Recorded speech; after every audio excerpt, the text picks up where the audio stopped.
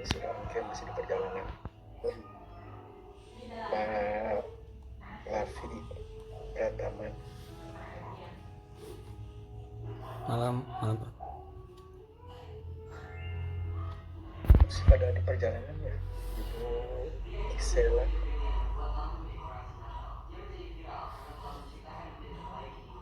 Pak Andrew.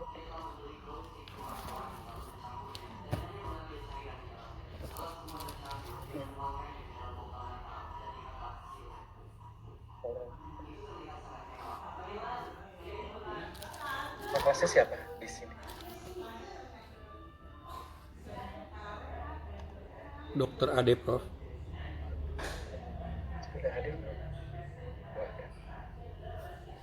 Pak Ade masih di perjalanan atau sudah di tempat?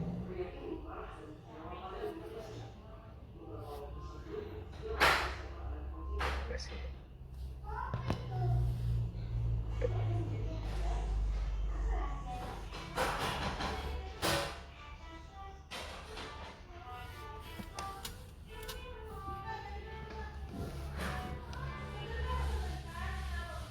Ade Ramyati ya, untuk kelasnya.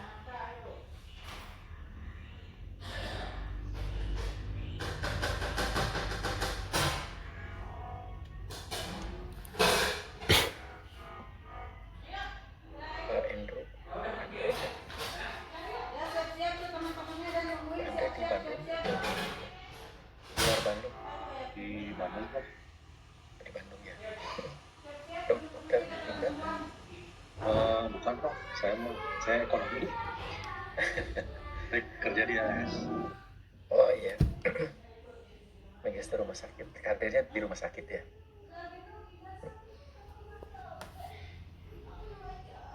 Ini rata-rata dokter atau campuran?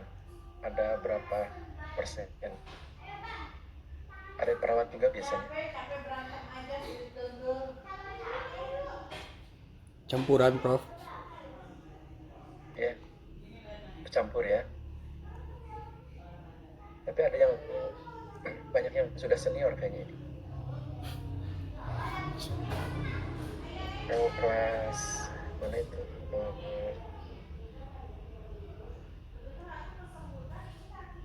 MRS yang dari Cimahi itu.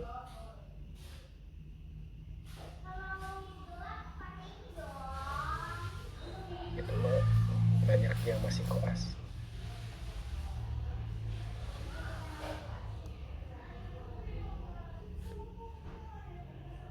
Baik, kita mulai saja ya supaya tidak terlalu malam nanti berakhirnya. Barangkali ada jam kedua. Setelah ini ada mata kuliah lanjutan ya? Terakhir Prof. Oh terakhir. Jadi kalau agak kemalaman juga nggak ada yang nungguin ya. Tapi mudah-mudahan tidak kemalaman biar besok, kan besok hari kerja juga. Sampai jam 8 gitu. Baik Ibu Bapak sekalian, kita awali dengan bacaan Bismillah bersama. Bismillahirrahmanirrahim. Hari ini insya Allah kita akan membahas materi pertemuan ketiga. Saya barusan cari-cari materi mana yang agak cocok begitu untuk disampaikan di kelas magister rumah sakit. Karena saya punya beberapa materi. Mudah-mudahan materi yang saya pilih ini relatif cocok lah. Nanti kita cari kasus-kasus yang ada kaitannya dengan rumah sakit. Bismillah, alhamdulillah, puji dan syukur kita panjatkan hadirat ilahi Robbi yang sudah mempertemukan kita kembali pada perkuliahan ketiga. Kita sudah membahas ruang lingkup manajemen sumber daya manusia ya. Waktu itu saya membahas tentang apa itu manajemen, apa itu fungsi operasional SDM digabungkan sehingga menjadi satu kesatuan yang bisa didefinisikan. Manajemen sumber daya manusia tidak lain adalah kegiatan yang berhubungan dengan perencanaan, pengorganisasian, dari pelaksanaan serta pengendalian terkait dengan kegiatan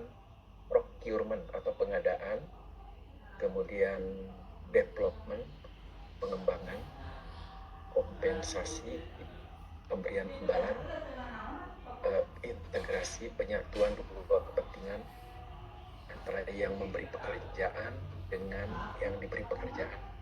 Kemudian maintenance, upaya pemeliharaan kondisi fisik dan mental agar seluruh pegawai bisa menunjukkan kesetiaan dan memberikan kontribusi terbaik terhadap kesinambungan dan masa depan organisasi. Yang terakhir, sampai kepada pemutusan hubungan kerja ini. Bisa karena pensiun atau mungkin di perjalanan alih profesi, atau juga kinerjanya yang tidak bagus sehingga organisasi tidak bisa mempertahankan lebih lama dan harus segera diganti oleh orang yang lebih pas, yang produktif. Karena pada dasarnya organisasi hanya akan mempertahankan orang-orang yang mampu memberikan kontribusi atau sumbangsi terhadap keberlangsungan dan kemajuan organisasi. Kemarin kita sudah membahas perencanaan SDM yang tidak lain penentuan kebutuhan baik secara kuantitas maupun secara kualitas dan bagaimana cara pemenuhannya. Saat ini, maksudnya hari ini kita akan membahas tentang analisis jabatan. Karena di dalam menentukan perencanaan SDM harus didukung oleh informasi yang memadai. Salah satu upaya untuk menghimpun, mendapatkan informasi yaitu melalui analisis jabatan. Apa itu analisis jabatan? Nah, ini yang akan kita bahas. Saya sudah persiapkan materinya. Mudah-mudahan cocok.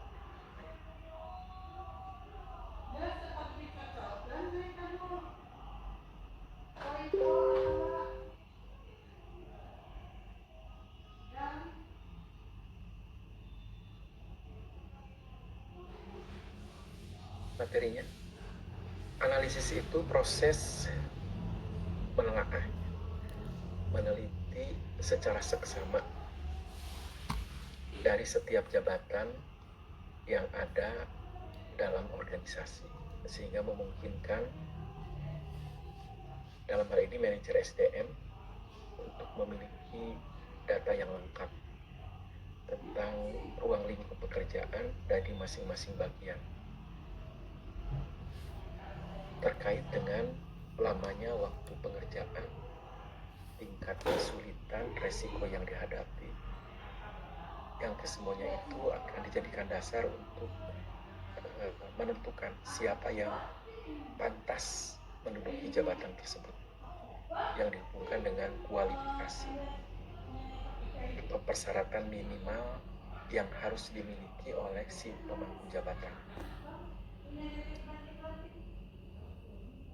Baik, ini intronya seperti ini. Tadi saya mengatakan bahwa fungsi operasional SDM yang pertama itu procurement atau pengadaan. Deskripsi introduction dari procurement ini di sini disyaratkan bahwa pengadaan karyawan merupakan masalah penting, sulit dan kompleks. Karena untuk mendapatkan dan bisa menempatkan orang yang kompeten, serasi, serta efektif tidaklah semudah membeli dan menempatkan mesin.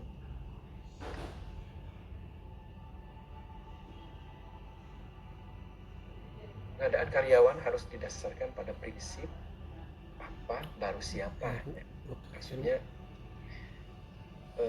mendapatkan karyawan yang tepat, kompeten, efektif, kita harus melakukan analisis jabatan. Apa itu pekerjaannya tadi? Apa itu didasarkan kepada ruang lingkup pekerjaan, lamanya waktu pengerjaan, tingkat kesulitan, kondisi kerja, resiko yang ada pada bagian itu, serta nanti penentuan siapa orang yang pantas untuk menduduki jabatan tersebut. Artinya pantas itu kualifikasi ya, didasarkan atas latar belakang pendidikan, pengalaman, mental, dan seterusnya.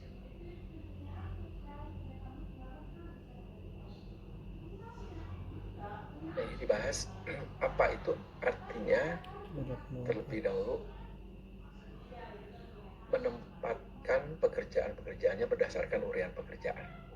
Tadi pekerjaannya seperti apa? Diawali dari apa, berlanjut ke apa, dan berakhir harus seperti apa standarnya. Nah, kalau sudah mengetahui tentang pekerjaannya, jadi berapa lama kerjaan itu bisa diselesaikan dalam satuan waktu atau unit tertentu, tingkat kesulitan, resiko yang dihadapi, kondisi pekerjaan, suasana. Nah, baru nanti dipikirkan siapa, artinya orang yang tepat untuk menduduki jabatan tersebut berdasarkan spesifikasi atau kualifikasi minimal yang harus dimiliki oleh orang tersebut. Baik, ini saya kaitkan dengan ayat ya, terkait dengan topik bahasan kita, analisis tadi. Analisis tadi sebuah upaya untuk menelusuri secara seksama tentang ruang lingkup pekerjaannya. Coba kaitkannya dengan Quran surat Isra ayat ke-84 yang tafsirnya kurang lebih seperti ini. Tiap orang berbuat menurut keadaannya masing-masing. Maka kita kan punya Tuhan ya. Tuhan itu maha melihat. Tuhan itu dekat. Tuhan itu mengamati dan mencatat. Jadi Rohmu lebih mengetahui siapa yang lebih benar di jalan. Jadi manusia pada dasarnya terlahir dengan watak atau kodrat yang melekat pada dirinya, diturunkan dari kedua orang tua.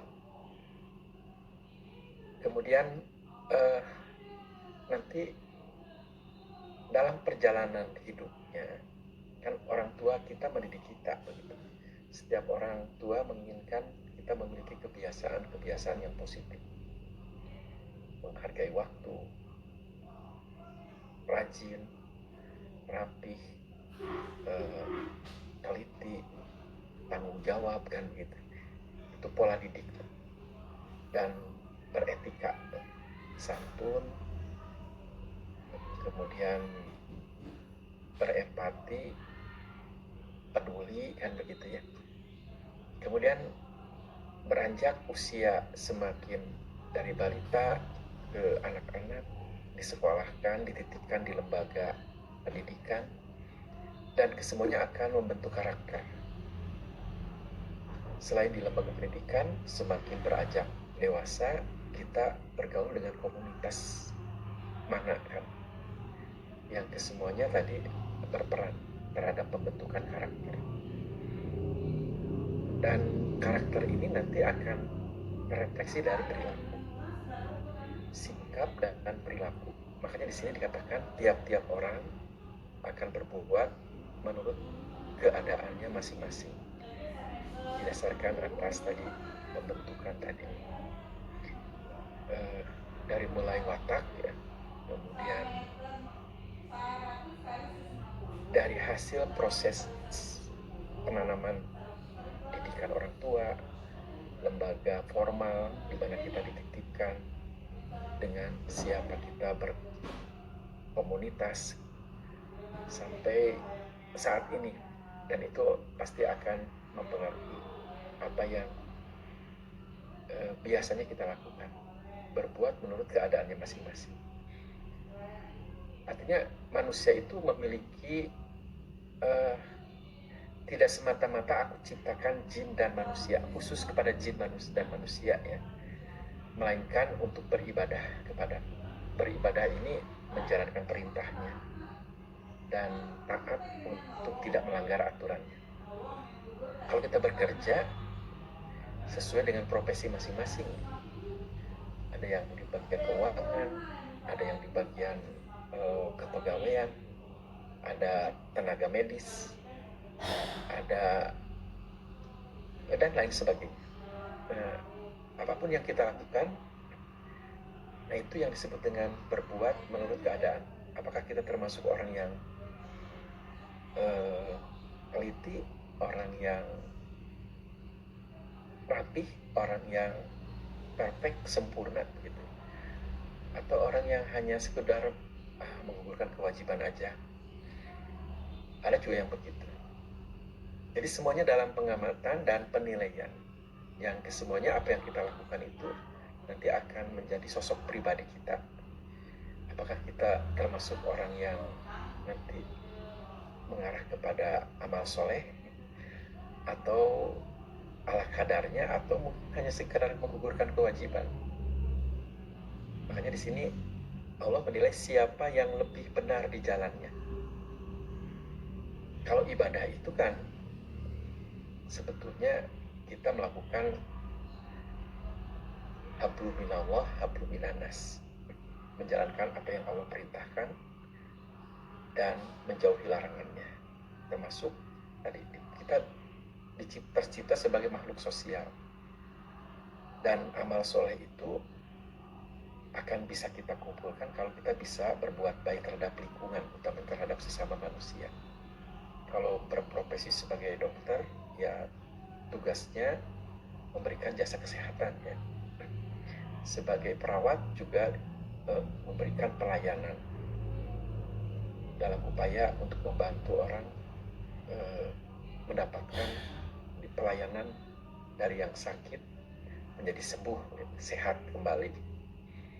Demikian juga profesi yang lainnya, keuangan, SDM, kemudian humas, bagian frontliner, dan seterusnya. Yang kedua ini surat Al-An'am yang berbunyi, hai kaumku, berbuatlah sepenuh kemampuanmu. Nah, kita diinstruksikan untuk tidak setengah-setengah ya, tidak ala kadarnya, tapi mengerahkan seluruh potensi yang kita miliki. Artinya bersungguh-sungguh kalau melakukan sesuatu itu. Hai kaumku, berbuatlah sepenuh kemampuanmu. Apapun yang kita lakukan, ini dalam pengamatan. Allah mengatakan, sesungguhnya aku pun berbuat pula. Kelak kamu akan mengetahui siapakah di antara kamu yang akan memperoleh hasil yang baik di dunia ini. Sesungguhnya orang yang zalim itu ya orang yang tidak peduli ya, tapi dia hanya memikirkan dirinya sendiri. Orang yang bekerja bukan untuk kemaslahatan, tapi untuk popularitas, untuk untuk kepentingan pribadinya. Jadi orang yang zalim itu tidak akan mendapatkan keberuntungan. Yakinkan apa yang bisa kita lakukan ini memberikan manfaat kepada orang-orang di sekitar kita, dan memberikan manfaat didasarkan atas kemampuan yang kita miliki. Kemudian kemampuan itu terdiri dari knowledge dan skill ya, serta attitude. Attitude ini balutan akhlak. Bagaimana orang lain senang, bagaimana kita secara tulus ikhlas, tidak hanya memberikan pelayanan gerakan fisik dan mulut yang manis, tetapi hatinya juga harus selaras dengan itu. Maka kita tergolong kepada orang-orang yang saleh ya, kebalikan dari yang zalim. Allah mengatakan orang yang akan mendapatkan keberuntungan itu adalah orang-orang yang saleh. Niatnya lillah gitu. Bukan ingin dipuji atau bukan ingin menumpuk atau mengumpulkan kekayaan. Ya sebetulnya itu mah tidak akan tercecer ya, pasti hak kita mah tidak akan kemana-mana. Tapi niatnya karena Allah saja, menolong secara ikhlas. Dan hanya orang-orang yang salah itu yang akan beruntung. Sementara orang yang zalim itu tidak akan mendapatkan keberuntungan. Baik, ini kaitannya dengan tadi bagaimana kita berikhtiar untuk mendapatkan sesuatu terkait dengan ilmu ya. Karena apapun yang dilakukan dengan ilmu yang memungkinkan dapat menuntun perilaku, sehingga apa yang dilakukan ini akan menghasilkan karya nyata.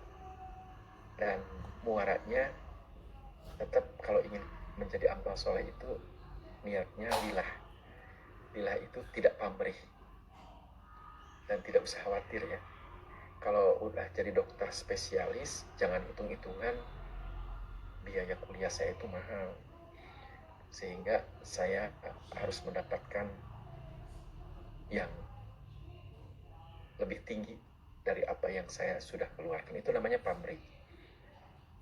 Tapi kalau kita memberikan pelayanan, kemudian didasarkan atas ketulusan, mengerahkan seluruh potensi yang kita miliki secara tulus ikhlas ya. Nah, ini orang yang akan mendapatkan keberuntungan.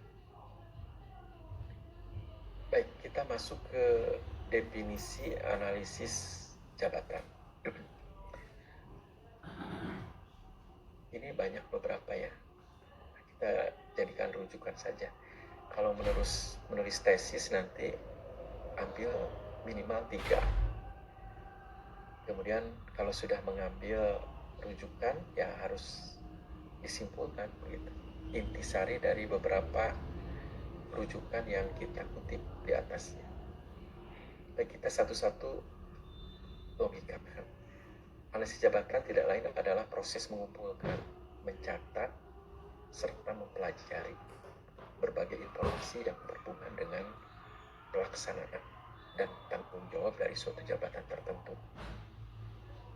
Mengumpulkan, mencatat, mempelajari berbagai informasi yang berhubungan dengan ruang lingkup pekerjaan.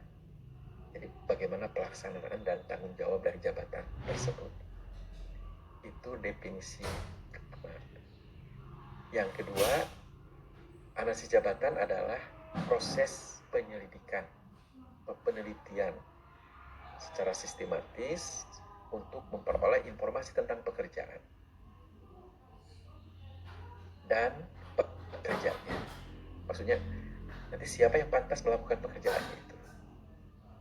Nah, informasi ini mencakup tugas-tugas yang melekat pada jabatan itu yang harus dilakukan dan nanti berbagai persyaratan yang harus dimiliki oleh orang yang menduduki jabatan tersebut. Nah, yang kedua ini sudah lengkap, bukan hanya mencari, mengumpulkan, mempelajari suatu jabatan saja, tapi sudah otomatis nanti akan digunakan untuk mencari siapa orang yang pantas menduduki jabatan itu. Yang kedua, definisi yang ketiga, di sini dikatakan analisis jabatan proses sistematis mengidentifikasi, mengevaluasi tugas, tanggung jawab, pengetahuan, keterampilan, dan lingkungan suatu jabatan untuk bisa menyediakan informasi secara rinci yang dapat digunakan untuk bagian MSDM ya. Nanti akan ditindaklanjuti untuk kegiatan-kegiatan yang berhubungan dengan rekrutmen, seleksi, pelatihan, job performance, dan pengembangan karir. Ini lebih meluas lagi. Jadi silahkan ambil rujukan nanti yang sesuai dengan variabel yang akan kita angkat sebagai judul tesis. Mana yang lebih cocok, karena definisi itu banyak sekali. Makanya cari rujukan yang relevan. yang memungkinkan cocok untuk menjelaskan dari fenomena didasarkan atas variabel yang kita angkat sebagai judul tesis. Kemudian kesimpulannya sudah merujuk kepada itu mindset pola pikir yang ada di benak kita yang ingin kita jelaskan bahwa analisis jabatan itu ini loh. Dan ini dasarnya dulu ya tentang apa itu analisis jabatan. Tujuan analisis jabatan di sini ada 6. Yang pertama, menyediakan informasi yang akurat untuk mendapatkan gambaran yang jelas tentang apa yang harus dilakukan dalam suatu jabatan, dalam suatu pekerjaan, termasuk tugas dan tanggung jawab utama. Jadi tadi analisis jabatan itu proses mencari, mengumpulkan, mempelajari kan begitu, tentang ruang lingkup pekerjaan dari berbagai jabatan yang ada di dalam suatu organisasi yang memungkinkan dapat digunakan untuk menentukan siapa orang yang pantas mendudukinya. Artinya pantas ini nanti dikaitkan dengan kualifikasi minimal yang harus dimiliki oleh si pemangku jabatan. Nah, tujuan melakukan analisis jabatan itu tidak lain bisa menyediakan informasi yang akurat. Yang kedua, untuk kebutuhan di dalam menyelenggarakan program rekrutmen dan seleksi, menentukan kriteria yang tepat. Rekrutmen itu kan upaya organisasi memberikan informasi kepada masyarakat tentang adanya lowongan pekerjaan yang bisa diminati oleh mereka yang memiliki kualifikasi yang dipersyaratkan dari jabatan yang kosong tadi. Kemudian mereka yang memiliki kualifikasi itu ya harus siap untuk diseleksi. Makanya tadi analisis jabatan ini tadi menyediakan informasi, dan informasi itu akan digunakan untuk disebarluaskan ke masyarakat. Kalau sudah ditentukan bahwa perusahaan atau organisasi ini memerlukan tambahan karyawan yang sudah ditentukan di bagian mana saja, dengan catatan orang yang berminat harus punya kualifikasi yang dipersyaratkan. Apakah itu latar belakang pendidikan, berbagai kursus keterampilan, atau pengalaman yang dimiliki. Kemudian analisis jabatan juga akan menyediakan informasi untuk penyelenggaraan pelatihan dan pengembangan. Mengidentifikasi kebutuhan pelatihan dan pengembangan karyawan berdasarkan keterampilan, kemampuan yang dibutuhkan untuk jabatan tertentu. Kemudian informasi dari analisis jabatan ini juga bisa digunakan untuk penilaian kinerja. Jadi penilaian kinerja membantu menetapkan standar kinerja dan evaluasi kinerja berdasarkan tugas dan tanggung jawab yang telah ditentukan. Jadi penilaian kinerja ini upaya organisasi untuk mengetahui hasil kerja setiap individu yang ada di bagian-bagian dalam organisasi tersebut. Nah, dengan informasi analisis jabatan sehingga organisasi memiliki standar sebagai alat pembanding untuk mengukur realisasi pekerjaan yang sudah dilakukan dengan standar. Nanti akan didapatkan hasil sama dengan standar, masih di bawah standar, atau sudah melebihi standar. Dan tentunya ini bisa ditindaklanjuti. Kalau di bawah standar ya harus mengikuti pelatihan ulang untuk mensejajarkan dengan tuntutan jabatan. Kalau sama dengan standar, artinya penempatan sudah sesuai. Kalau kualifikasi karyawan tersebut di atas standar, berarti ada potensi lebih, dan nanti organisasi bisa memikirkan orang yang bersangkutan untuk diberikan pekerjaan tambahan atau dinaikkan posisinya ke strata yang lebih tinggi atau promosi namanya. Kemudian manajemen karir. Manajemen itu Kalau pengaturan enak teh mau izin teh buat hari Sabtu kan teh. karir ya, Sabtu.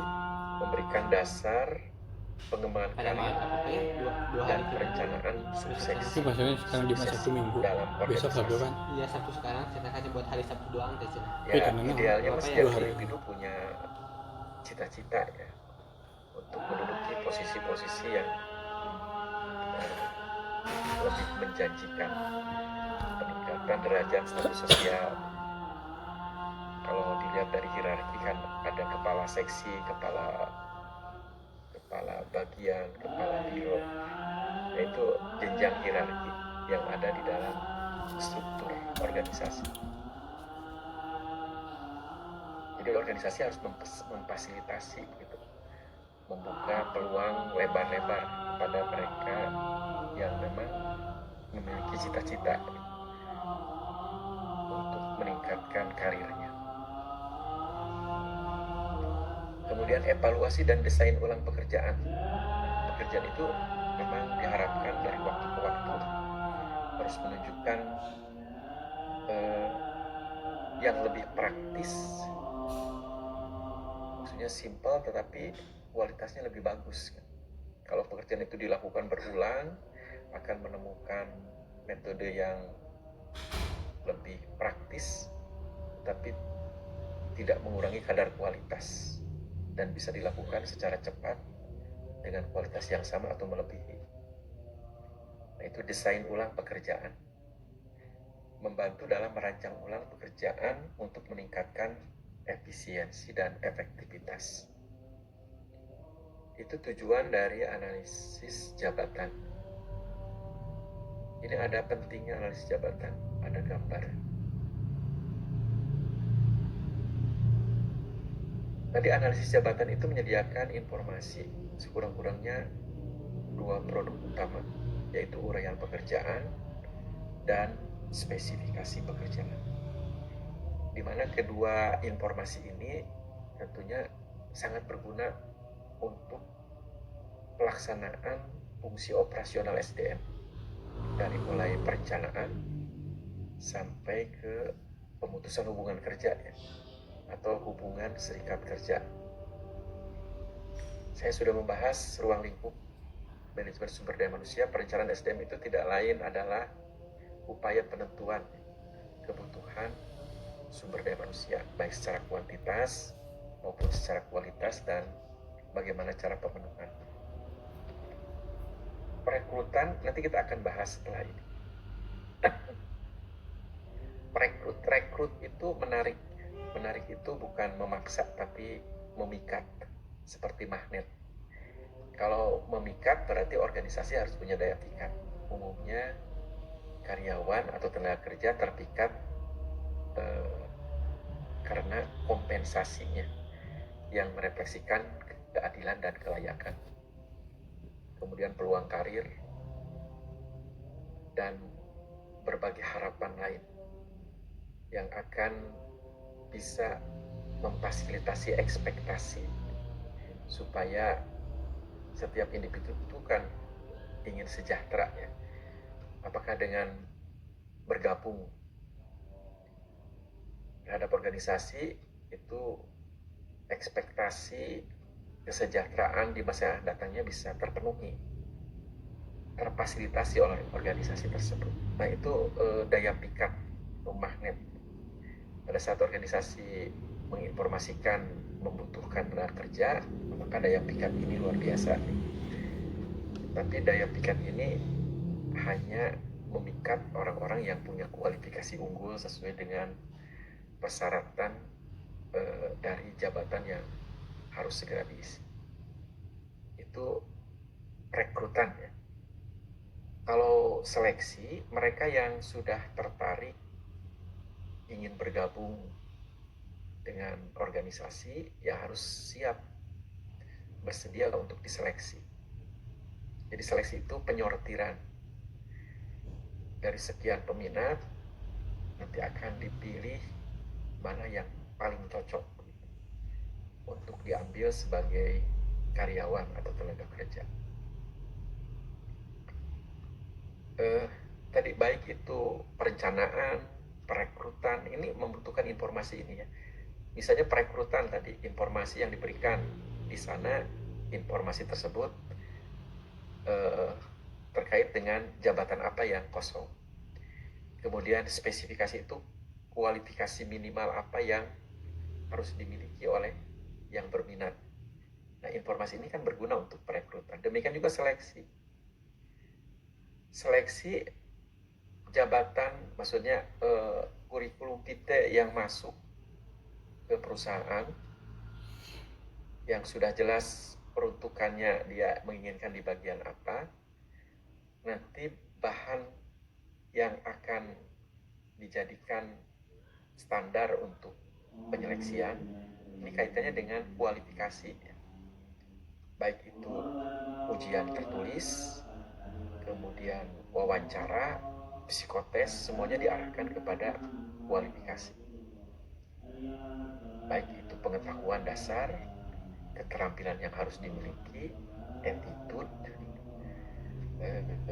yang akan dijadikan dasar untuk seleksinya. Demikian juga kompensasi. Kompensasi itu upaya organisasi untuk memberikan imbalan atau segala sesuatu yang diterima oleh karyawan sebagai refleksi dari apa yang sudah dikerjakan. Itu kompensasi bisa didefinisikan seperti itu. Nah, kompensasi ini asasnya kan keadilan dan kelayakan. Adil berat ringan sebuah pekerjaan ya harus seimbang dengan besar kecilnya imbalan yang akan diterima oleh yang melaksanakan pekerjaan itu. Nanti bobot pekerjaannya akan diukur didasarkan atas misalnya tingkat pendidikan,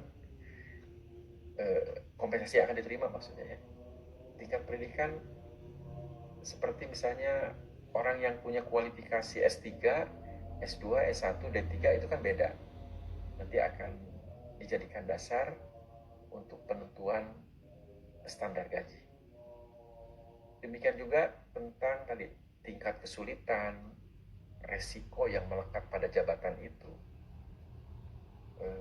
semuanya akan dijadikan dasar untuk penentuan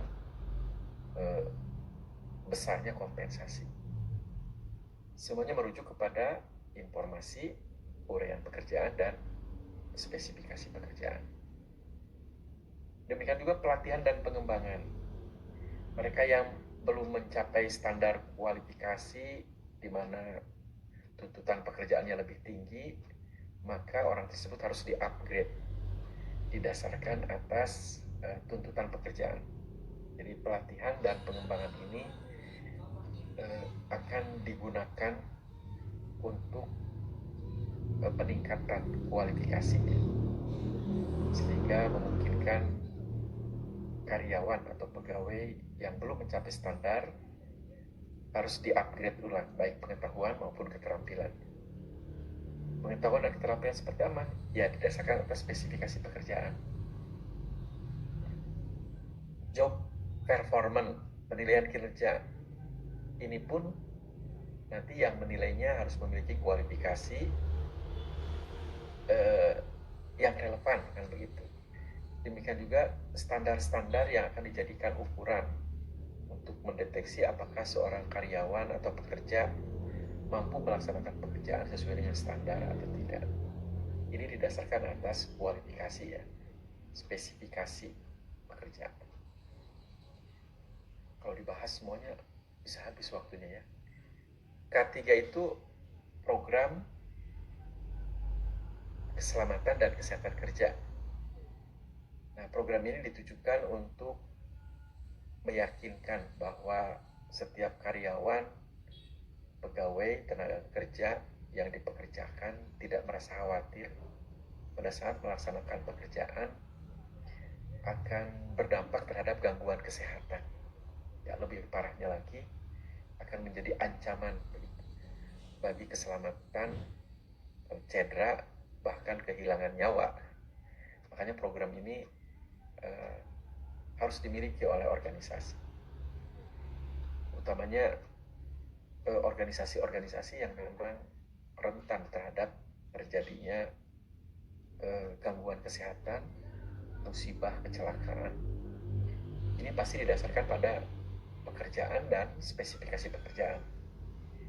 Dan yang terakhir, hubungan serikat pekerja ya. Jadi hubungan serikat pekerja itu ya hubungan yang harus diciptakan secara harmonis antara yang memberi pekerjaan dengan yang diberi pekerjaan. Ada bipartit, ada tripartit. Ini kaitannya dengan pekerjaan dan spesifikasi pekerjaan. Nanti biasanya yang diperjuangkan itu kaitannya dengan lingkungan kerja yang sehat, kemudian kompensasi yang adil dan layak, dan seterusnya.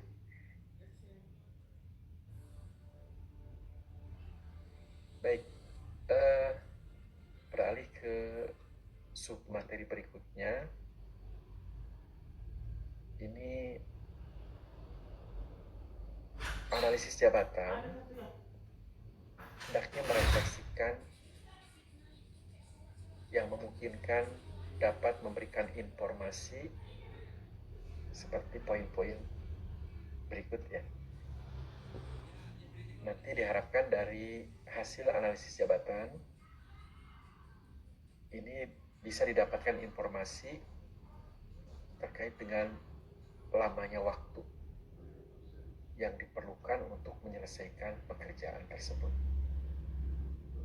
Yang kedua, informasi terkait dengan besarnya resiko dan tingkat kesulitan yang melekat pada pekerjaan tersebut. Kemudian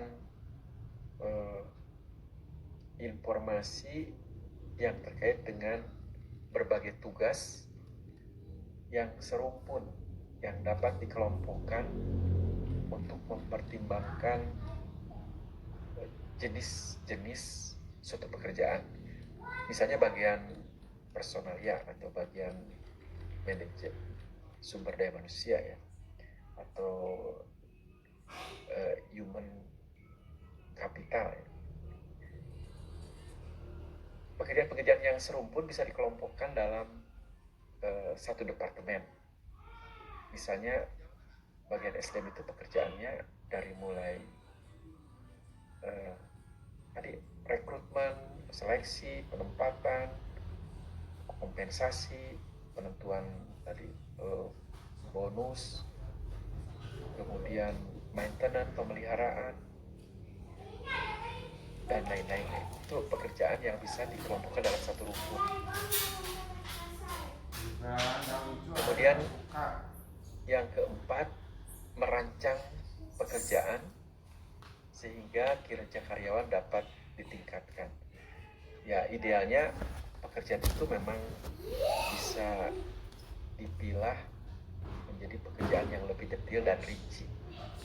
Tapi kalau pekerjaan itu sudah dilakukan berulang dan dikerjakan dalam waktu yang relatif lama, maka pekerjaan yang rinci, jelimet, dan detail tadi mungkin kalau sudah dilakukan secara berulang-ulang dan dikerjakan dalam kurun waktu yang lama, ini bisa dirancang ulang menjadi sebuah pekerjaan yang praktis, ekonomis, simpel, tetapi kualitasnya bisa lebih baik. Makanya ada rancang ulang pekerjaannya. Ya, analisis pekerjaan nanti ditinjau ulang dan memungkinkan akan bisa dirancang sehingga pekerjaan yang detail, jelimet, rinci itu bisa lebih praktis. Umumnya orang-orang yang sudah bekerja sekian lama itu tidak harus lagi melihat rinci bahkan dia bisa merancang ulang dengan mendeskripsikan pekerjaan yang lebih simpel. Kemudian jenis pendidikan yang diperlukan untuk mendukung dan memungkinkan orang yang bersangkutan bisa melakukan pekerjaan dan menyelesaikan pekerjaan dengan hasil sesuai dengan standar yang diinginkan. Jadi setiap jabatan, setiap pekerjaan tentunya harus ditempati oleh orang yang memiliki kualifikasi, baik itu kualifikasi pendidikan maupun pengalaman yang sudah dimilikinya. Jenis keterampilan apa yang diperlukan untuk melaksanakan pekerjaan? Bukan hanya pendidikan, tapi juga tadi keterampilan apa yang bisa dilakukan oleh kedua tangannya, yang mungkin pekerjaan itu bisa diselesaikan secara lebih cepat didasarkan atas kegesitan dan gerakan-gerakan dengan tingkat akurasi yang tinggi.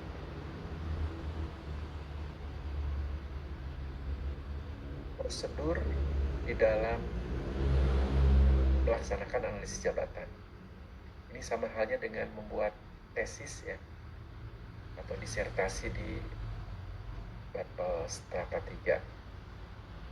Jadi sumber data yang digunakan tentunya dalam membuat analisis jabatan itu referensi berupa literatur,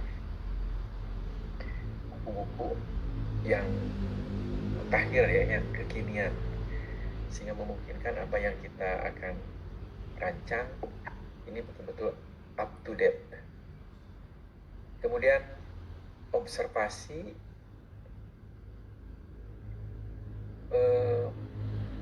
terhadap orang yang melakukan pekerjaan itu, karena kita akan membuat rancang ulang pekerjaan tadi, apa yang terbiasa mereka lakukan, dan ini kita akan hubungi orang yang biasa melakukan pekerjaan itu.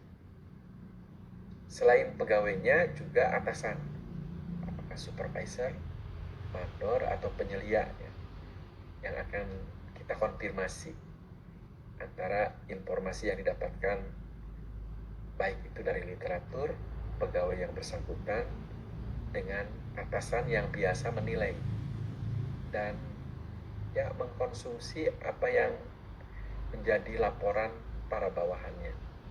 Ini akan dikonfirmasi sehingga kita memungkinkan mendapatkan informasi yang lebih lengkap. Atau ditambah kalau di S3 itu disertasi hasil penelitiannya harus dikonfirmasi, diklarifikasi didasarkan atas pendapat orang yang sudah dikategorikan sebagai expert atau ahli di bidang itu. Hanya di sini akan dikonfirmasi untuk mendapatkan sumber yang lebih lengkap dengan orang lain yang mengetahui tentang jabatan tersebut. Disebutnya expert ya, orang yang sudah berpengalaman sekian tahun, apakah dia sebagai saat ini misalnya komisaris atau menjadi senior atau mungkin menjadi akademisi ya, dari keahliannya. Kalau dulu banyak akademisi itu tidak usah gelar S2 atau S3 bahkan profesor, tapi dia punya keahlian dan punya pengalaman sekian puluh tahun di bidang, bisa menjadi pengajar. Nah ini dikatakan sebagai expert, orang yang ahli di bidangnya. Ini sumber-sumber data yang akan dijadikan pelengkap untuk mendapatkan informasi yang memadai di dalam merancang ulang sebuah pekerjaan. Kemudian teknik pengumpulan data yang pertama, sebetulnya yang pertama itu pengamatan, observasi, datang langsung ke lokasi ya. Yang kedua, melakukan wawancara dengan orang-orang yang diperkirakan akan bisa memberikan informasi yang memadai. Nah, di atas contohnya tadi pegawai, atasan, ditambah expert ya. Kemudian logbook atau buku harian dari pegawai. Kalau perusahaan itu biasanya menggunakan shift-shiftan karena beroperasi 24 jam. Sebelum berganti shift, maka karyawan yang ditempatkan di shift pertama, dia akan membuatkan catatan-catatan penting sebelum dia meninggalkan pekerjaan yang bisa dipelajari untuk diteruskan oleh karyawan yang shift berikutnya dan seterusnya. Nah, berbagai catatan ini akan dijadikan dasar pelengkap untuk menambah informasi selain dari hasil wawancara, kemudian kuesioner. Kuesioner itu pertanyaan tertulis yang sudah dipersiapkan dengan jawaban yang juga sudah disediakan berupa skala Likert biasanya ya, skala 5 dari mulai sangat setuju sampai sangat tidak setuju. Itu idealnya skala 5. Ada skala 3 ya, setuju, kurang setuju, tidak setuju. Tapi kalau skala Likert dari mulai sangat setuju, setuju, kurang setuju, tidak setuju, tidak setuju sekali.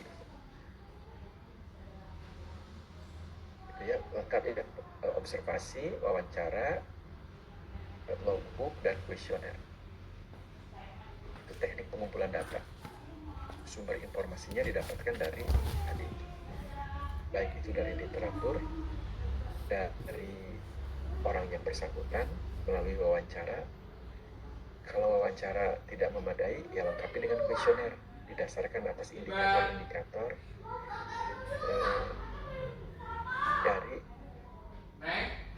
informasi yang kita butuhkan, dikembangkan menjadi pertanyaan tertulis. Ya. Pengumpulan data jabatan dilakukan dengan urutan. Nah, ini memilih unit kerja. Tadi berdasarkan rumpun ya. Kalau dikatakan satu rumpun, ya ambil salah satu yang mendekati, sehingga memungkinkan ini akan menghemat waktu dan biaya. Nanti akan dikembangkan didasarkan pada spesifikasi rumpun-rumpun ini bisa lebih dirinci, lebih detail. Makanya memilih unit kerja yang akan diambil data jabatannya. Artinya tidak semuanya. Kalau ibu bapak nanti akan meneliti di satu perusahaan, maka tidak semua bagian akan kita jadikan sebagai unit observasi, melainkan kita akan pilih yang dikategorikan sebagai satu rumpun. Itu kalau misalnya satu rumpunnya ada 5 bagian, nah kita ambil satu bagian saja. Tadi misalnya di bagian pengada rekrutmen, seleksi, penempatan, sistem penggajian, nah ambil salah satu aja. Kemudian inventarisasi jabatan yang ada dalam unit-unit terpilih. Nanti siapa saja atau bagian mana saja yang nanti akan kita jadikan unit observasi. Kemudian inventarisasi jumlah pemangku jabatan.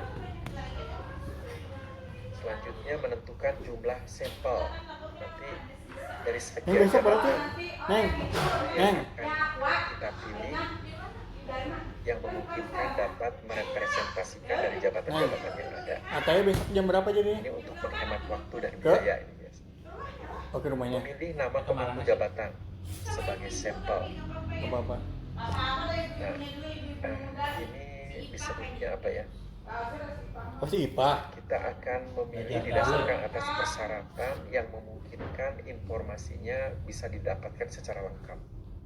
Karena orang itu kan ada yang responsif, ada yang tidak peduli, ada yang kita nanti nanya kepada orang-orang yang memang aware aja, orang yang punya Sama istrinya Dokter Aji. senang untuk membantu orang lain. Oh enggak. Kalau saya dulu pernah ditugaskan di PUPR, nanti kepala bagiannya akan menunjuk orang-orang yang memungkinkan memiliki kepedulian untuk membantu begitu ya. si peneliti mendapatkan informasi yang memadai. Nah, orang ini mah biasanya responsif, ramah, dan peduli gitu terhadap tamu-tamunya. Apalagi nanti saya akan berikan surat tugas bahwa ini tugas untuk kepentingan lembaga kan. Sehingga nanti akan disambut, diterima walaupun mereka dalam keadaan sibuk, atau mungkin akan diberikan waktu janjian kapan bersedianya mereka untuk diwawancarai. Kemudian melakukan pengumpulan data tertentu nanti akan dicatat dalam lembar kerja worksheet.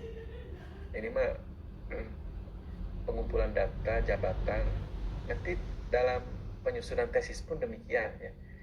Kita tidak usah kaku, tapi fleksibel, yang memungkinkan kita akan mendapatkan informasi yang memadai untuk menyelesaikan tesis atau karya ilmiah sebagai persyaratan untuk mendapatkan predikat kesarjanaan kita strata 2.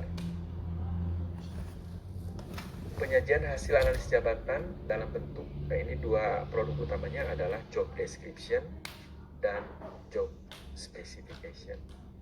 Job description itu tidak lain adalah uraian pekerjaan atau dalam suatu jabatan ya, bagaimana pelaksanaan sebuah pekerjaan dari A sampai Z kan begitu.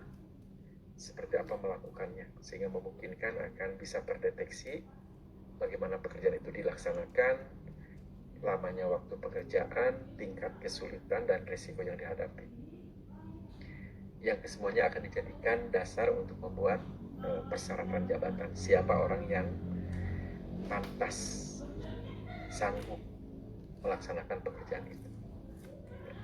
Ini kualifikasi jabatan dan persyaratan minimal yang harus dimiliki oleh si pemangku jabatan.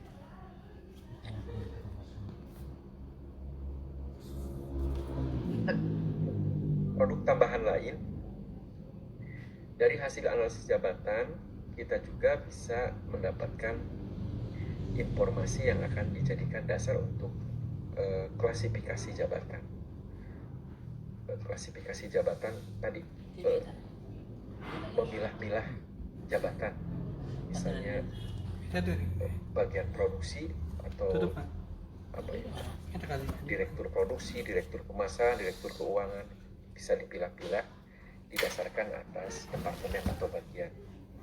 Kemudian desain jabatan. Desain jabatan bisa dibuat secara sederhana, garis besarnya saja, atau dibuat secara rinci, atau juga nanti bisa ditambahkan sebutnya job enrichment, pemerkayaan pekerjaan, sehingga masing-masing jabatan bisa dirinci secara khusus tingkat kedalamannya. Misalnya seorang tukang ngetik mengarsipkan, membuat pekerjaan, nah dia tidak lagi tergantung kepada konsep dari atasannya. Kalau dia sudah terbiasa dan dilakukan secara berulang, mendapatkan instruksi dari atasannya, dia sudah memiliki pemerkayaan ya. Misalnya mengetik itu tidak hanya mengetik naskah surat, tapi juga misalnya kalau bosnya mau presentasi, dia bisa membuatkan PowerPoint-nya yang memungkinkan orang yang biasa diperintahkan untuk menggandakan atau membuat surat itu dia bisa lebih memiliki keahlian yang lebih kaya ya, pemerkayaan disebutnya. Bukan hanya melaksanakan pekerjaan rutinitas itu saja, tapi dia juga bisa mengembangkan, dan itu juga mungkin bisa mendapatkan penghasilan tambahan ya. Dan yang terakhir, nilai jabatan ini. Jadi tingkat kesulitan, resiko yang dihadapi, kualifikasi pendidikan atau strata ini akan disertakan untuk menilai suatu jabatannya, suatu pekerjaan yang akan direfleksikan ke dalam nominal berapa pantasnya seseorang untuk diberikan imbalan. Ini mah contoh-contoh ya, kayaknya nggak usah dibahas. Nanti bisa dikembangkan melalui pengalaman ibu bapak sekalian. Baik, sebelum nanti diskusi, saya akan absen dulu ya. Absen karena si tujuannya sudah jalan lagi. Saya tadi sudah membuat terus.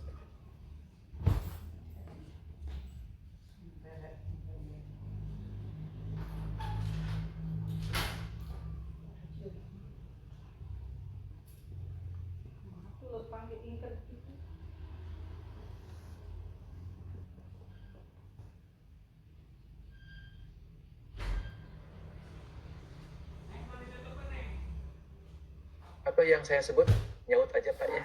Nanti saya lihat ujung bisa.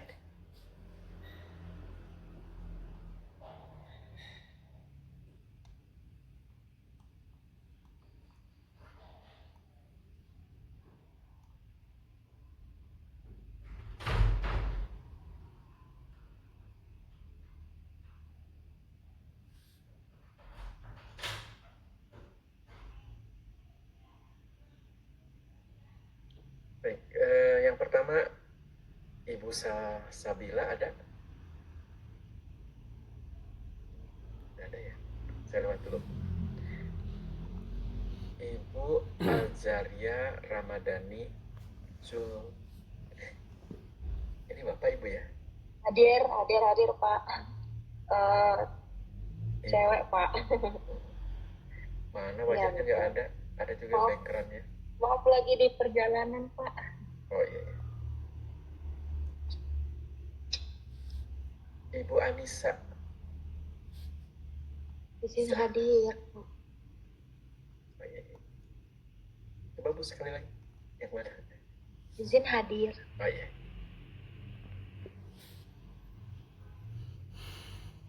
Bapak ini mah ya. Lavi Hanum Pratama. Hadir, Prof.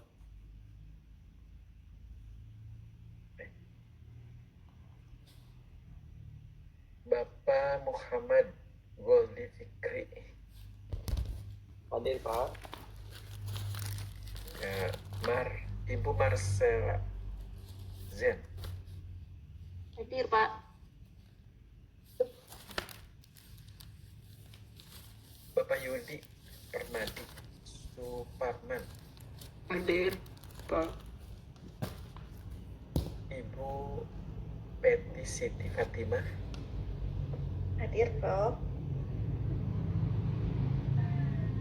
Bapak Andre Octavianus. Hadir Prof. Ini tadi ya. Dari nanti paling dulu Bos. Ibu Gisela Novalita.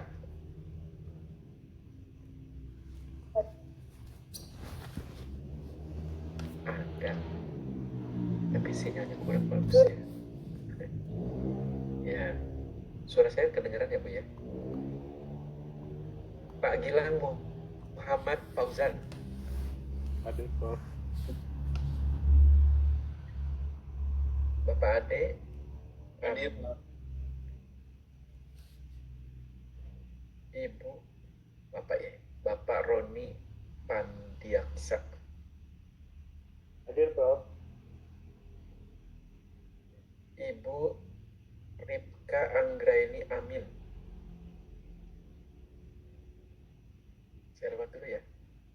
Nggak kedengaran suaranya. Ibu Sepita Selwarzan. Warazan. Belum kedengaran suaranya. Pak Randi Nicholas Lesiasa. Hadir ya. Hadir Prof. Hadir. Ya. Ibu Nadira Putri Jasmine Hakim. Hadir, Prof. Ya. Ibu Silviana, nggak kedengeran. Ada Bu Silviana? Hadir, Pak. Ya. Suaranya terdengar tapi gemersik.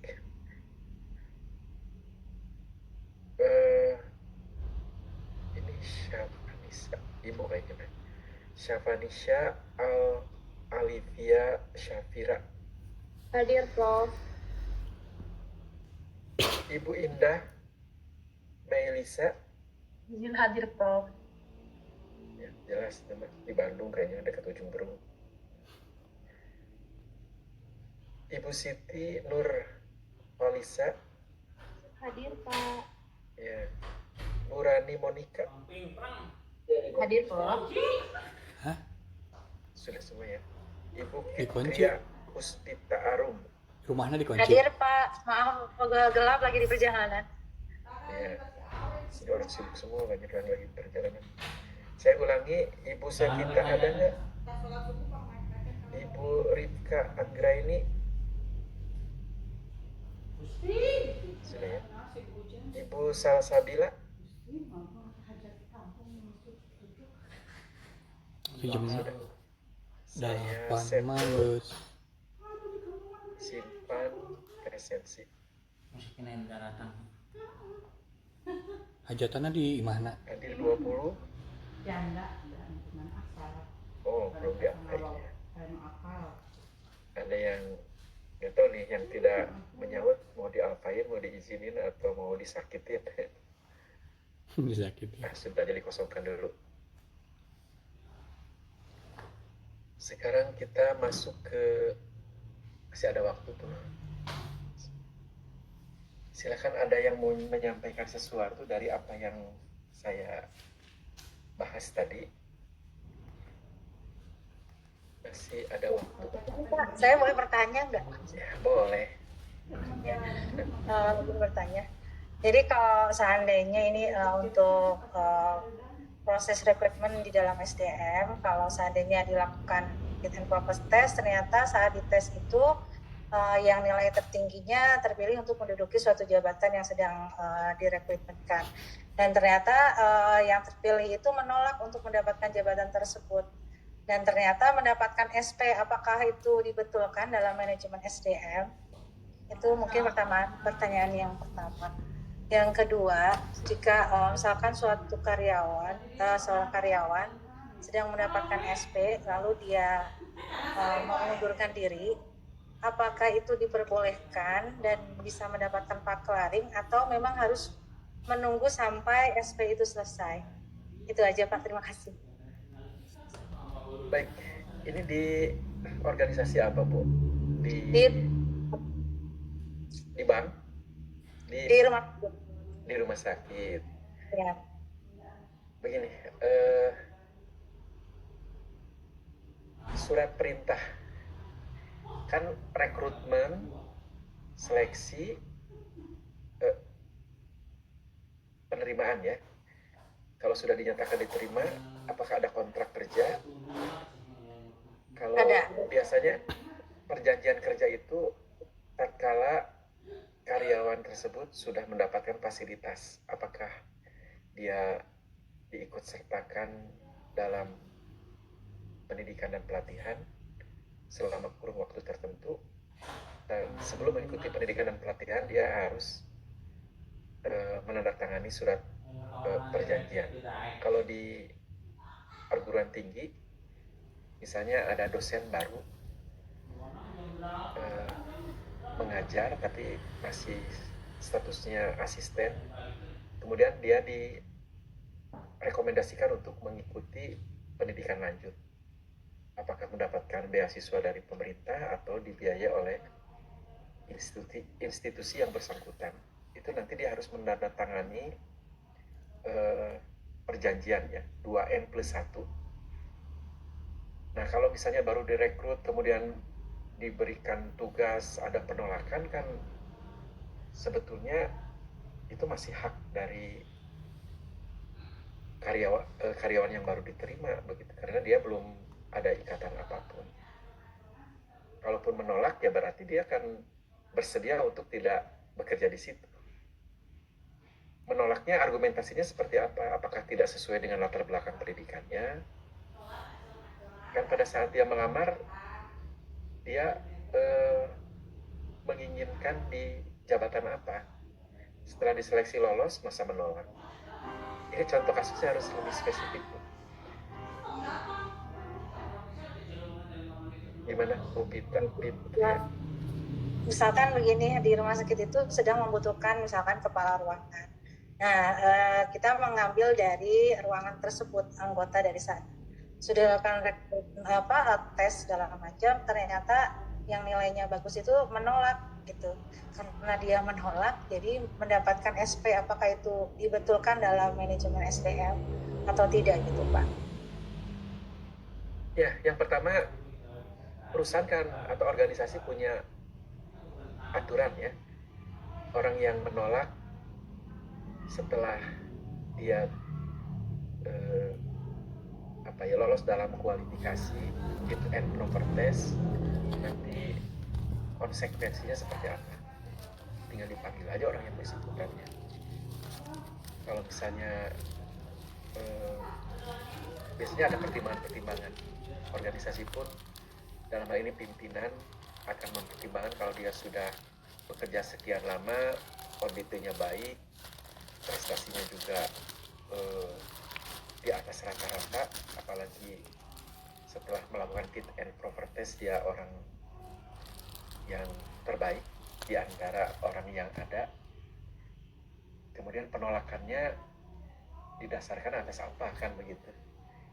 Apakah karena kondisi kesehatan atau mungkin tidak cocokan dan lain sebagainya. Ini kan bisa dikonfirmasi, diklarifikasi sehingga memungkinkan ada jalan terbaik.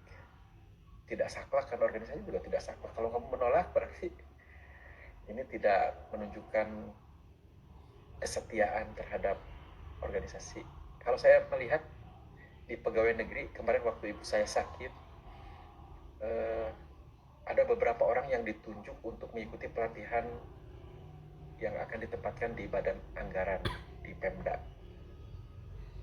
Dia sudah kebayang kalau nanti ditempatkan di sana, dia akan mendapatkan berbagai titipan-titipan yang bertolak belakang dengan hati nuraninya, karena dia harus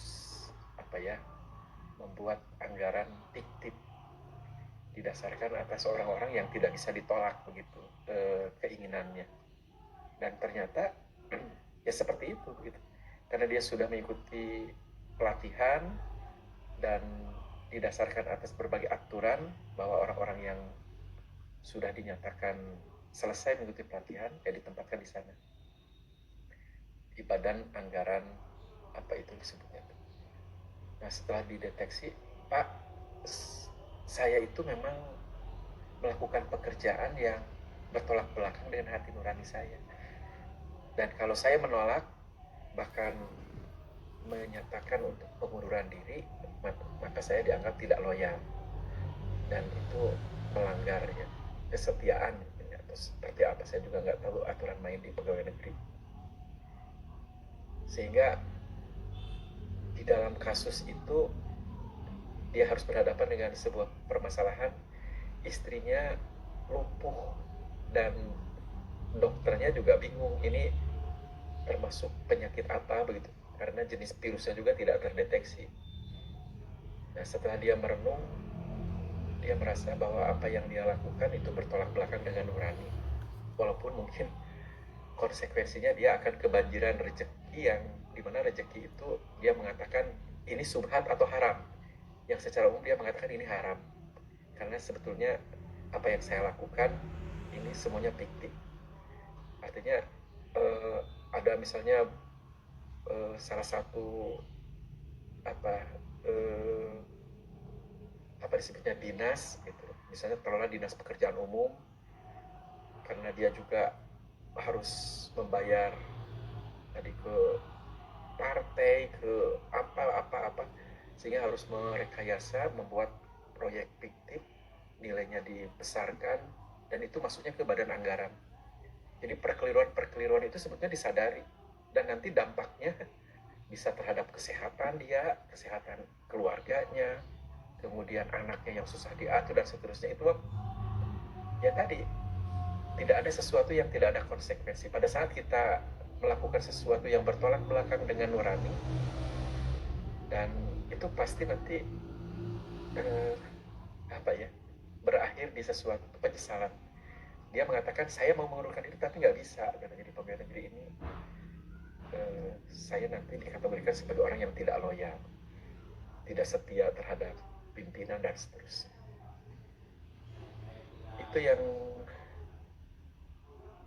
bisa saya pernah menunggu ibu saya sedang di ICU, kemudian saya harus tiduran di selasaran rumah sakit dan ketemu dengan orang itu dan bercerita panjang. Saya nanti malam jam 2 mau kedatangan tamu dari Cianjur dan mau jadi istrinya itu tidak bisa menggerakkan tubuhnya. Terus dia mendatangkan temannya menggunakan perana gitu ya, di luar sepengetahuan dokter, kemudian minta izin sama perawat. Akhirnya istrinya bisa menggerakkan tangannya. Dan dia juga bingung ini harus bagaimana katanya kan, karena dokter merekomendasikan untuk di kemoterapi. Terus saya tanya, kemoterapi itu nanti konsekuensinya seperti apa? Ya mematikan seluruh sel tubuh dan diharapkan nanti sel sehatnya akan tumbuh kembali. Kemudian nanti keberhasilannya bagaimana? Ya 50-50 katanya, kita nanti tunggu aja seperti apa hasilnya. Dia antara bingung dan merasa bersalah. Dia ingin segera pensiun kan begitu. Dia ingin mengundurkan diri tapi susah dan seterusnya. Jadi apa yang ditanyakan ibu juga saya juga bingung begitu. Bagaimana orang yang menolak tapi tetap dibuatkan surat perintah kerja. Dalam kenyataan hidup itu mungkin kita akan dihadapkan kepada hal-hal yang di luar batas kemampuan kita. Apalagi kita kalau sudah terikat sama kontrak kerja ya. Jadi pegawai negeri kata siapa enak. Gajinya bisa gede tapi hati nurani kita bertolak belakang dengan apa yang kita lakukan. Dan pasti itu nanti ada konsekuensinya. Baik terhadap kesehatan, terhadap keutuhan keluarga, terhadap nanti kelangsungan anak kita, apakah tentang pendidikannya, tentang kenakalannya dan seterusnya. Ya hidup itu seperti itu karena hidup pilihan ya. Barangkali ada ibu bapak yang mau memberikan sumbangsi ya terhadap fenomena ini.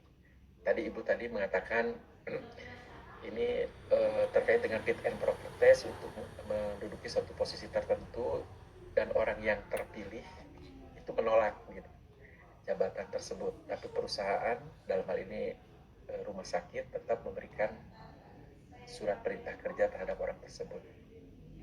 Apa yang harus dilakukan ya, oleh yang bersangkutan? Kalau dia mundur, ya konsekuensinya pasti bukan hanya kehilangan jabatan, tapi kehilangan pekerjaan. Barangkali ada yang mau berpendapat, karena ini kasuistik ya. Tadi siapa yang bertanya? Ibu Peti ya? Fitria, Pak. Oh, Ibu Fitria. Mengapa Pak Andre barangkali ada pengalaman di rumah sakit Pak Andre? Izin menjawab, Prof. Kalau menurut saya kan tadi katanya ada fit proper test. Mungkin dari awal sepertinya, mohon maaf Dr. Fitri, sepertinya si rumah sakitnya atau si SDM-nya tidak memberitahukan dari awal bahwa fungsi fit proper test itu untuk menduduki suatu jabatan itu. Jadi kayaknya direkrut tanpa dikasih tahu nanti diduduki di jabatan mana. Sepertinya itu sih menurut saya. Jadinya si orangnya ketika lulus ternyata dia kaget dikasih jabatan itu, makanya dia menolak.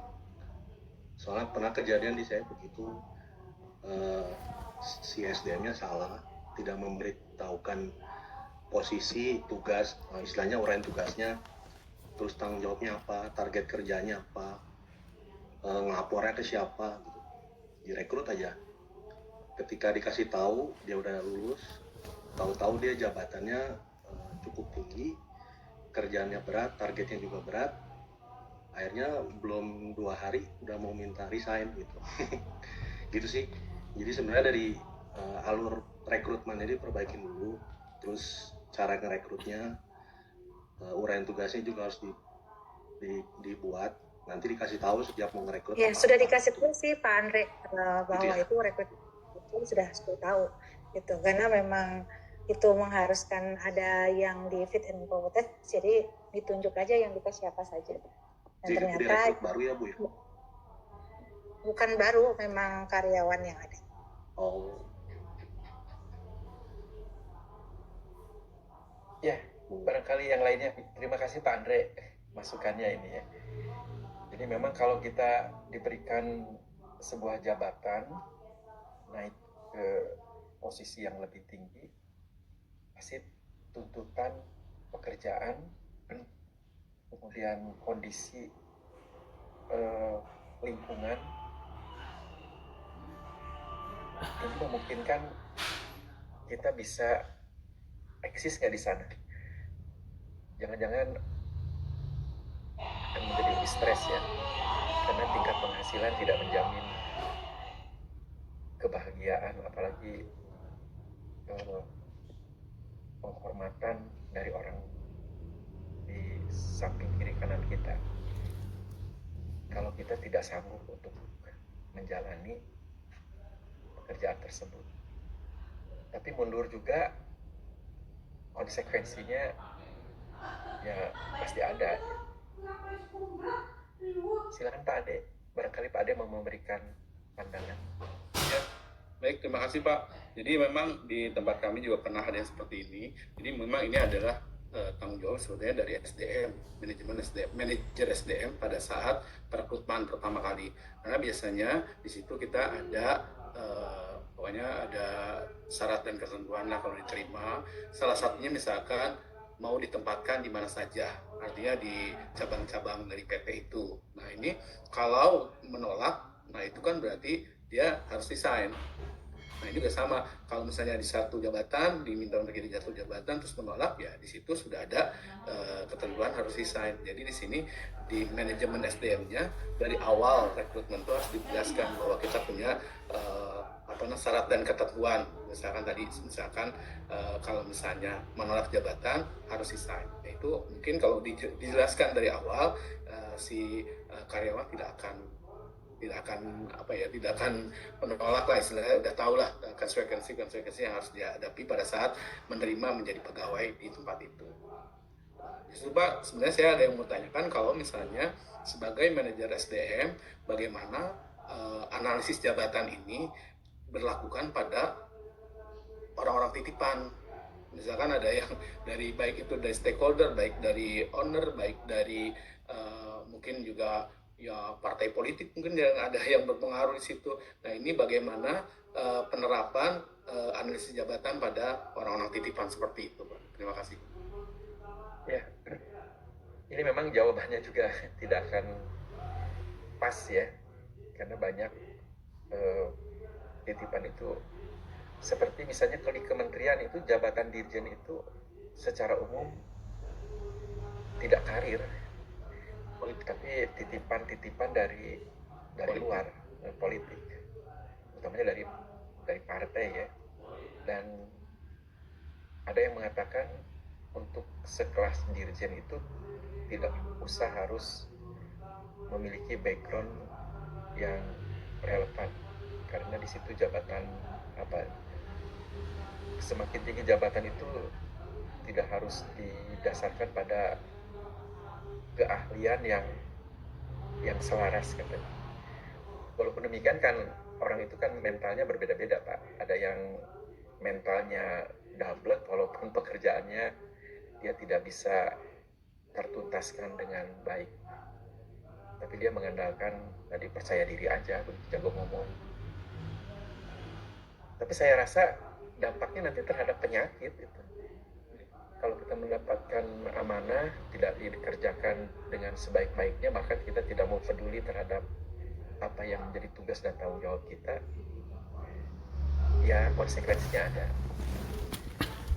Kalau saya melihat tadi lewat aja jalan di bawah itu ada pembangunan. Sekarang kan giat-giatnya pembangunan trotoar, kemudian gorong-gorong, drainase dan seterusnya. Itu yang dapat proyek itu kayaknya preman-preman itu.